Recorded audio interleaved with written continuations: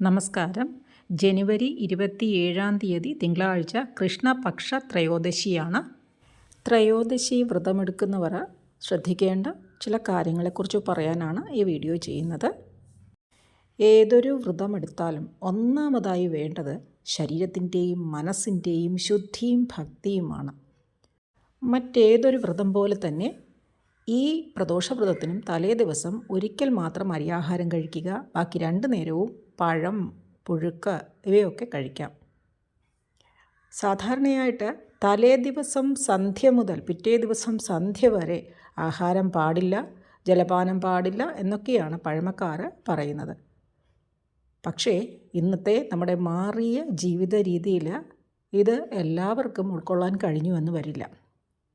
ജലപാനം പോലും പാടില്ല എന്ന് പറയുമ്പോൾ അത്രയും ശക്തമായിട്ട് വേണം പ്രദോഷവ്രതം എടുക്കാൻ എന്നാണ് പറഞ്ഞു വയ്ക്കുന്നത്. എങ്കിലും ഇന്നത്തെ ജീവിത രീതി അനുസരിച്ച് മിക്കവരും ജലപാനമൊക്കെ നടത്താറുണ്ട്. കാരണം വെള്ളം കുടിക്കാതെ ആർക്കും ജീവിക്കാനാവില്ല. അവനവൻ്റെ ആരോഗ്യസ്ഥിതി അനുസരിച്ച് ചിട്ടവട്ടങ്ങൾ പാലിക്കുക. പ്രദോഷ ദിവസം അതിരാവിലെ ഉണർന്ന് കുളിച്ച് ക്ഷേത്ര ദർശനം നടത്തുക. വെളുത്ത വസ്ത്രം ധരിക്കുക, നെറ്റിയിൽ ഭസ്മം ധരിക്കുക. ഭഗവാനെ പഞ്ചാക്ഷരി മന്ത്രം കൊണ്ട് സ്മരിച്ചുകൊണ്ടേയിരിക്കുക. ഓം നമഃശിവായ എന്നുള്ള പഞ്ചാക്ഷരി മന്ത്രം എത്ര തവണ ചൊല്ലുന്നുവോ അത്രയും നന്ന്. ശിവഗായത്രി മന്ത്രം ചൊല്ലുന്നതും വളരെ നന്നാണ്. അറിയാവുന്നവർ അതും ചൊല്ലുക. ഇനി ക്ഷേത്രത്തിൽ എത്തിക്കഴിഞ്ഞാൽ ഭഗവാനെ 3 പ്രാവശ്യം പ്രദക്ഷിണം വയ്ക്കുക. ഒപ്പം തന്നെ നമ്മളാൽ കഴിയുന്ന വഴിപാടുകൾ ചെയ്യുക. മടങ്ങിയെത്തിയ ശേഷം കഴിയുമെങ്കിൽ ശിവപുരാണം വായിക്കുകയോ ശിവസഹസ്രനാമം ചൊല്ലുകയോ ചെയ്യുക. അതാർക്കും ചെയ്യാവുന്നതാണ്. വീട്ടിൽ പുസ്തകമുണ്ടെങ്കിൽ വായിക്കാവുന്നതാണ്. ശിവസഹസ്രനാമം തന്നെ 2 വിധത്തിലുള്ളതുണ്ട്.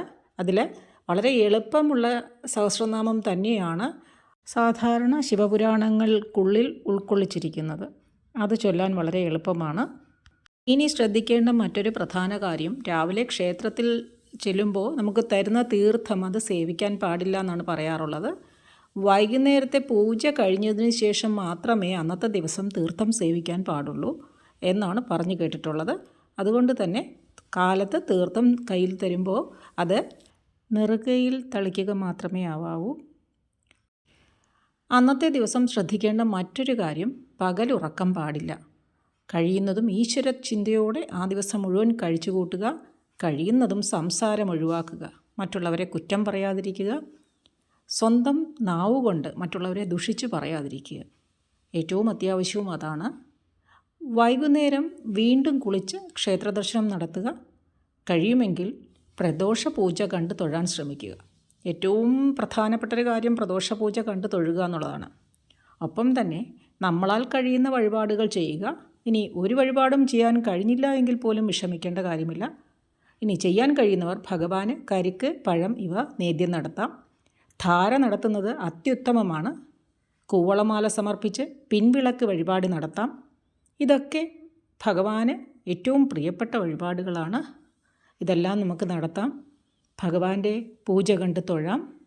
അതിനുശേഷം പ്രദോഷ പൂജ കഴിഞ്ഞ് തീർത്ഥം നമുക്ക് സേവിക്കാൻ തരും. അന്നേരം നമുക്ക് പൂജ കഴിഞ്ഞതിന് ശേഷം ഈ തീർത്ഥം സേവിച്ച ശേഷം ഈ നേദിച്ച് കിട്ടിയ പഴമോ കരിക്കോ ഒക്കെ കഴിക്കാവുന്നതാണ്. ഒട്ടും തന്നെ ഭക്ഷണം കഴിക്കാതെ കഴിയാൻ പറ്റാത്തവർക്ക് ഭഗവാന്റെ അമ്പലത്തിൽ നേദിച്ച പടച്ചോറ് വാങ്ങി കഴിക്കാവുന്നതാണ്. അത് ആവശ്യമുണ്ടെങ്കിൽ മാത്രം മതി.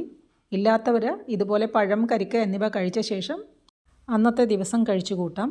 പിറ്റേ ദിവസം രാവിലെ പൂജാമുറിയിൽ തുളസി തീർത്ഥം സേവിച്ച് വ്രതം അവസാനിപ്പിക്കാം.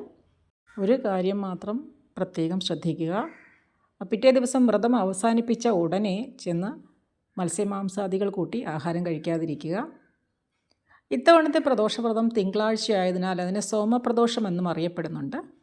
ഇത്തവണത്തെ ത്രയോദശി തിഥി തുടങ്ങുന്ന സമയം ജനുവരി 26 രാത്രി 8:54 അതിഥി അവസാനിക്കുന്നത് ജനുവരി 27 രാത്രി 8:34. ഇതുപോലെ തന്നെ പൂജാസമയവും വളരെ പ്രാധാന്യമർഹിക്കുന്നതാണ്.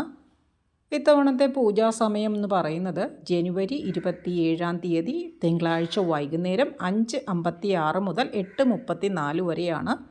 ഈ സമയത്തിനുള്ളിലാണ് സാധാരണ അമ്പലങ്ങളിലെല്ലാം പൂജകളെല്ലാം കഴിച്ചു തീർക്കുന്നത്.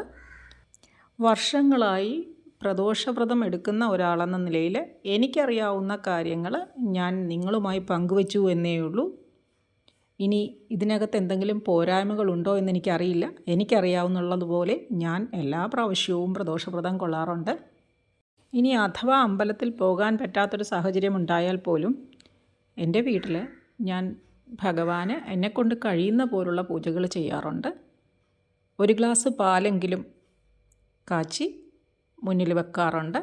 മറ്റൊന്നും നൽകാനില്ലെങ്കിലും എൻ്റെ ഭക്തി ഭഗവാനിലേക്ക് എത്തുമെന്നുള്ളൊരു വിശ്വാസം, അതാണ് എന്നെ മുന്നോട്ട് നയിക്കുന്നത്. എല്ലാവർക്കും ഭഗവാന്റെ അനുഗ്രഹം ഉണ്ടാകട്ടെ. നന്ദി, നമസ്കാരം.